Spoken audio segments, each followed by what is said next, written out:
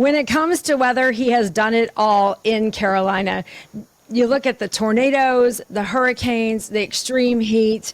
This guy has been there for it all. And now he's going to make it rain. Larry Sprinkle. How are you, Larry? Hi there. It's been so, we've seen each other's names mentioned and in print and talk shows. It's finally have a chance to say hello to you. How you doing? Terrific. But, when it comes to the names, we really have heard every joke in the book. Absolutely. Every one of them. And I'll have to say that someone I've gotten to know very well over the many years since we both are with NBC. I'm with an affiliate. He's with a network. Al Roker, many years ago, when I was on the air with him, he said, you had two choices in life. You could have been a urologist or a meteorologist, and you chose the right name. And the reality is, that's my name. Yeah, you were born this way. Same as me. We were born this way. It was destiny. Yes, without a doubt. When you look back, do you think you could have done anything else, or do you just think you were born for this job? Well, it's interesting. If you go way back in time, back to when I was I'm seriously starting about 5, 6 years old, I was fascinated with weather and fascinated with radio. I had a little transistor radio. I'd listen to it all the time, and I really wanted to be a radio DJ. And so that was my first career. I had a chance to get a job at a small town here in North Carolina, Forest City, North Carolina, when I was just about 14. They hired anybody. They hired me, a pimply-faced teenager, to do a radio show every day after school. And that began a career in radio, which I had up until 40 years ago. So I had a whole career in radio as one of those wild and crazy morning men, especially here in Charlotte for about 13 years. Yeah, that's cool. I didn't know that you had spent so much time in radio. You made this transition to television. It was a perfect fit. I can't believe this, but you're celebrating 40 years. Does it feel like it's been that long? In reality, no, it doesn't. When that number comes up, 40 years, it's like, are you serious? I've been at this one place? And that's it. We changed buildings over the years. We've changed studio designs many times, and management a few times. So it's like, it's almost like I went to some other TV stations, but didn't have to leave the building. But yeah, it is. It's hard to comprehend 40 years because, 40 years, 4 decades. There are so many people that come up to me and say, I watched you as a kid, now I have kids. Or it's like a school I went to, a couple schools this year, fourth and fifth grade teachers said, when I was in the 5th grade, you came to our class and now I went to her class. So, you just, if you don't move around too much and people accept you, then you've been here 40 years. It really is an incredible accomplishment. It's cool. How have you been celebrating? Well, the celebration that what the station is doing is going to start because I came to the station somewhere early April of 1985. So that starts, but although tomorrow night, Charlotte FC, our Major League Soccer team, is inviting me to come out, and they have this event pre-game called the Coronation, where they take somebody local, crown them, give them a crown and everything. You celebrate with all the people there. So that's really the first event that I'm going to tomorrow night, and then we have a lot of things planned in the public starting, I think maybe first weekend in April. Well, I'm sure it's going to be a fantastic celebration that kind of goes on and on. It's neat that people in the community get to be a part of it. So many people feel connected, right, when they watch us on TV. But you've also had really awesome segments over the years that take you out into the public. You do a lot of, I love the tail wagger segment because I love, pets and dogs and stuff. But some of those have created sort of exceptional experiences for you to interact with the public.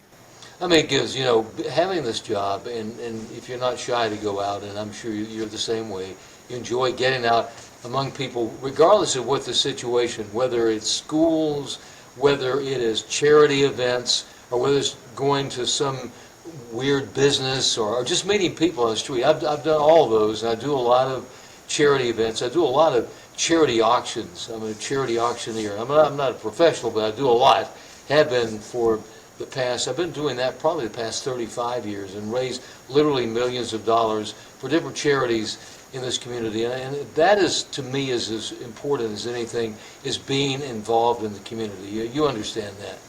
Yeah, it's impressive though when you look back and you can see a career that you've had sort of an assignment to talk about the weather, but you've been able to magnify that with the community outreach. So that's really cool. To talk a little bit about the weather, I mean, Carolinas are no quiet zone. I was looking, Charlotte averages 30 tornadoes on average per year. You've got hurricanes, the extreme heat. There have been ice storms in recent memory. So what a wild place to predict the weather. Yeah, that's the other thing about why would you stay somewhere 40 years? Well, I mean, just think of the volume of weather that we have, and like you say, the different types of weather. I mean, we do have those extremes. We can have the extreme heat, the extreme humidity, the violent storms. We can have the tornadoes, and obviously, even though we're not really on the coast, we are well inland. September 22nd, 1989, Hurricane Hugo came and visited me literally. I was on, we're not in this building, but we're in another building. I was on the air, and next to that older building, there's a 1,200-foot tower, and that's the antenna was on that. There's a lot of cables that come off that. Each one is about 1,000 pounds, and so right in the middle of my coverage of a hurricane that not only hit Charleston but came to Charlotte, a 1,000-pound cable snapped, hit the roof of the building, and when I was on the air, about 15 feet away from me to my left, the ceiling caved in. So you don't see that. If you turn the volume up, you can hear it, but you see my reaction when I'm actually going, the ceiling caved. I'm looking at the camera with my eyes up here. The ceiling just caved in on me, and what you don't, they don't have the part of the tape, but when I go back to you, Rick, and I go back to the newsroom to Rick Jackson, who was our anchor, and he goes, Larry, let me ask you a question. Larry, we'll get back to Larry. Larry was on his hands and knees crawling out of the studio. It was crazy. Yeah. Wow. Yeah.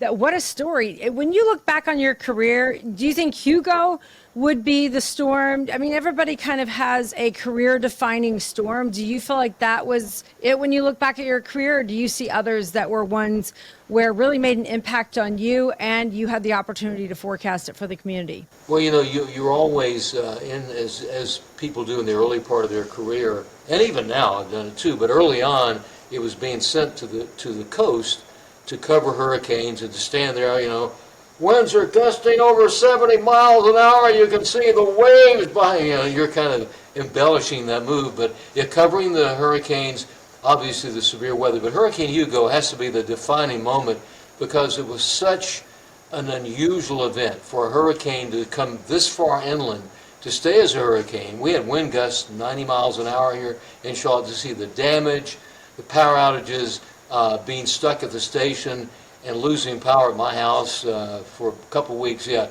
that had to be. I mean, to be on the air and have a storm hit and almost be the first weather guy to you know, to lose it all. Yeah, I mean, crazy. It's crazy to be in a storm like that and then be forecasting it at the same time. These are wild, wild events. You've also had some extraordinary lighthearted events that I have laughed at over the years to look at. One I didn't see in person, but someone told me about it and I looked it up, and it was the marshmallow crop. Oh yeah, yeah. That's something, you know what's interesting? It's now, let me get this right, I think it was 20, this year, maybe will be 25 years ago. I went up to a friend of mine that has a big commercial farm north of Charlotte up in Iredell County. And he and I put together this idea of what if we do something for April Fools where we take your trees that normally have apples and put marshmallows on them. So he got 8 teenagers with thousands of marshmallows, and he also got some of his workers. So they put marshmallows all over the tree limbs. You got 2 guys to pick them, and I did a report standing there at a marshmallow farm in Iredell County. And we held them up, and you know, this friend of mine said, you know, this is a great crop. Here, take one of these. I took one. Man, that's so sweet. And so I love it. It was amazing because we literally convinced people that marshmallows grow on trees, and we had, that first time we did it, people were driving from all over the Carolinas. They had a busload of people that came from Spruce Pine in the mountains. So yeah, and that, and I've run that same package every April, even though maybe I've changed a little bit along the way. Same one runs, and people still believe it.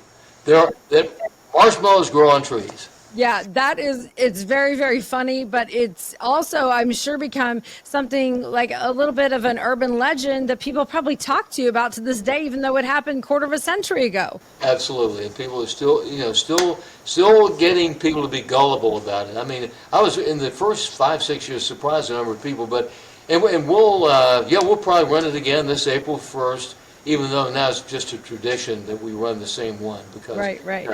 You change a little bit. The other thing that I found out about you that I didn't know was you actually were in a car accident back in 2016, a really serious car accident. You were actually out for a little bit. Yeah.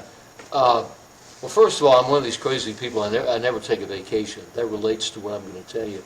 Yeah, back May, I think it was May 4th, 2016, I was on a trip. I'd been out of town, and I was driving back into Charlotte.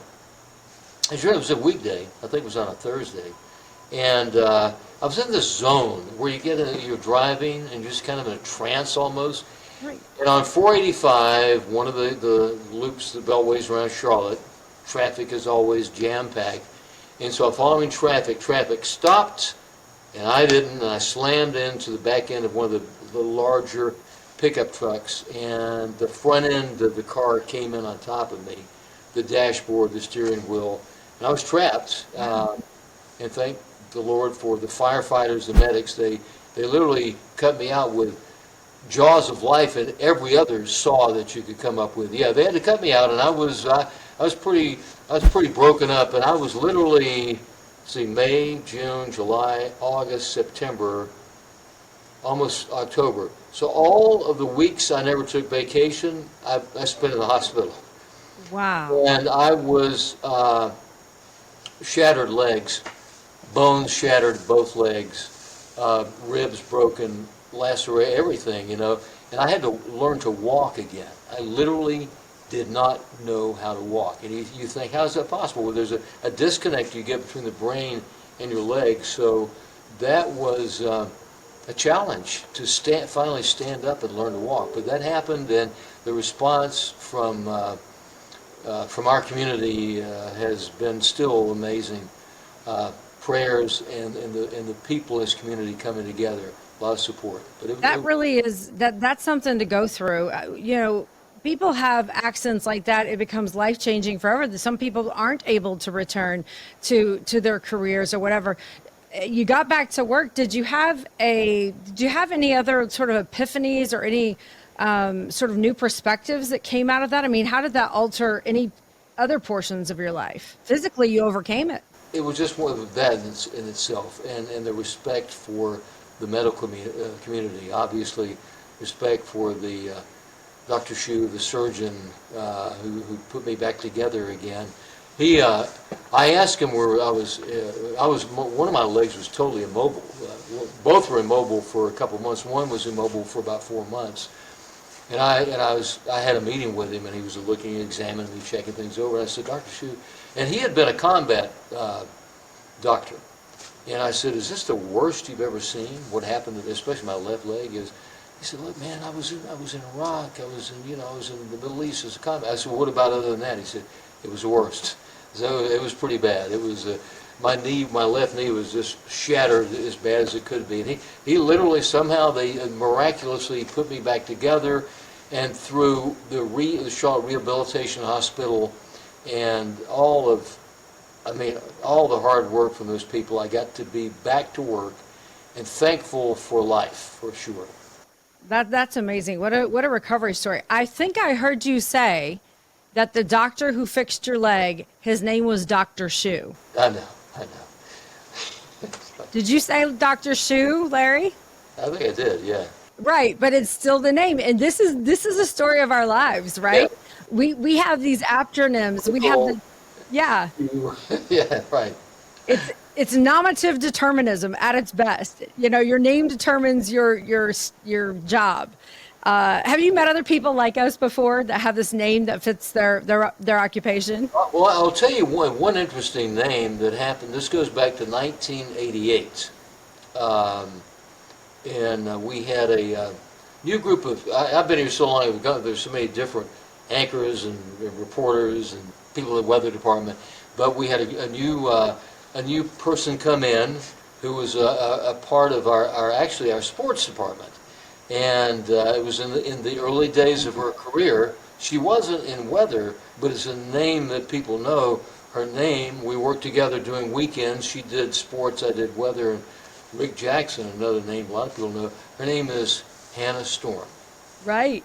And Hannah has obviously been in the world of sports for many years and done exceptional things. So, yeah, I remember we had a guy, his name, hold on, Hannah Storm, Larry Sprinkle, and Dave Barker was our news anchor. A Barker, a Sprinkle, and a Storm. That was our weekend news team here at WCNC back in the day.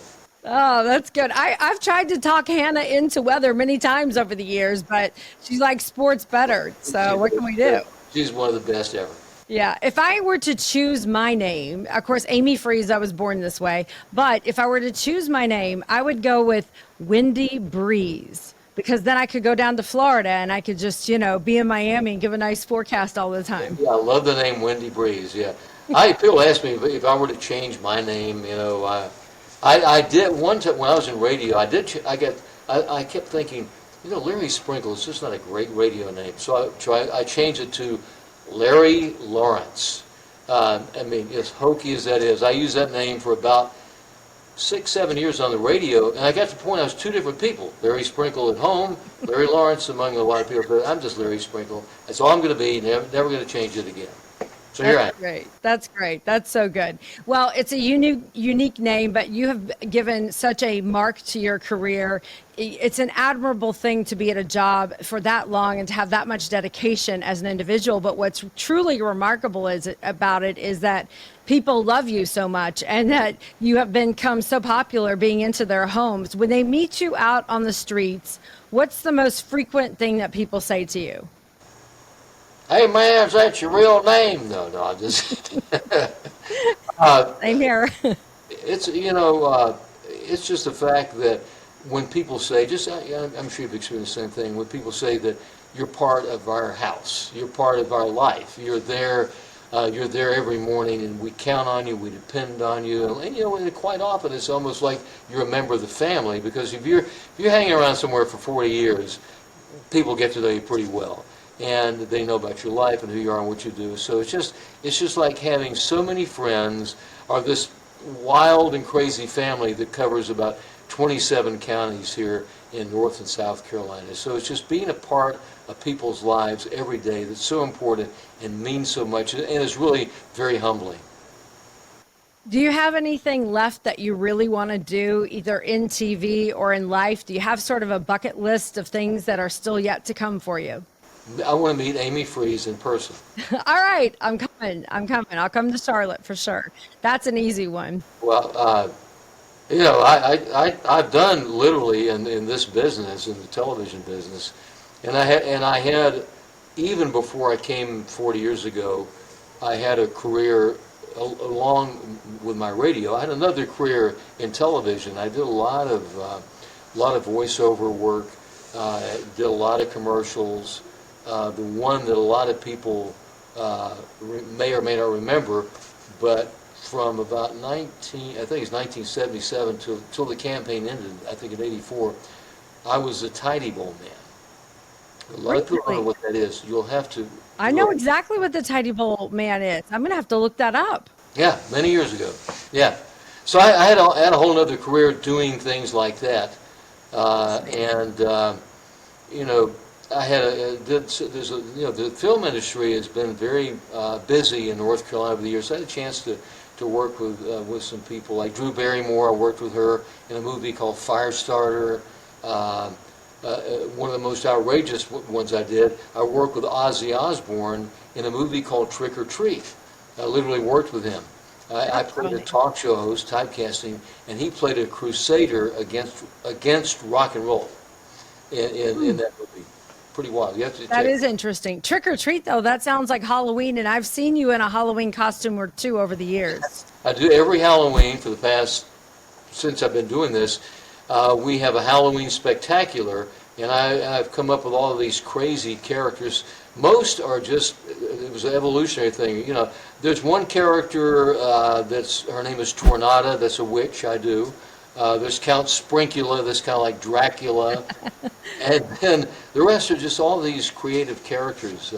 You know, one is a guy from, his name is Mac Mullet, Mullet, like mullet, but Mullet. And he's from North Dakota. Oh my gosh, Mac Mullet, I can't believe I'm in Charlotte, North Carolina. Oh my gosh, I'm from Fargo. You know, it's a whole, I do about anywhere from about 9 to 11 characters on our Halloween show in the morning, and quick change, no help, and just somehow put it all together. But each one has a crazy different personality. So that's always fun. I love it. I love it. What great entertainment. This has been my pleasure, Larry, to meet you and see you. And definitely we will meet in person at some point. But congratulations on such a wonderful career, such an admirable time span. So many meteorologists have been inspired by you, and I know you've impacted those in Charlotte over the years. Thank you, Amy. That means a lot. I'm very flattered by that.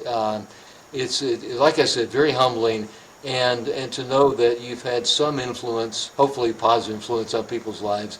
That's as good as it gets. And I interviewed a 100-year-old man, soldier, last week, and he told me, he said, Larry, I'll see you in 50 years. Amy, I'll see you in 40 more years. Sounds good to me. Thanks, Larry.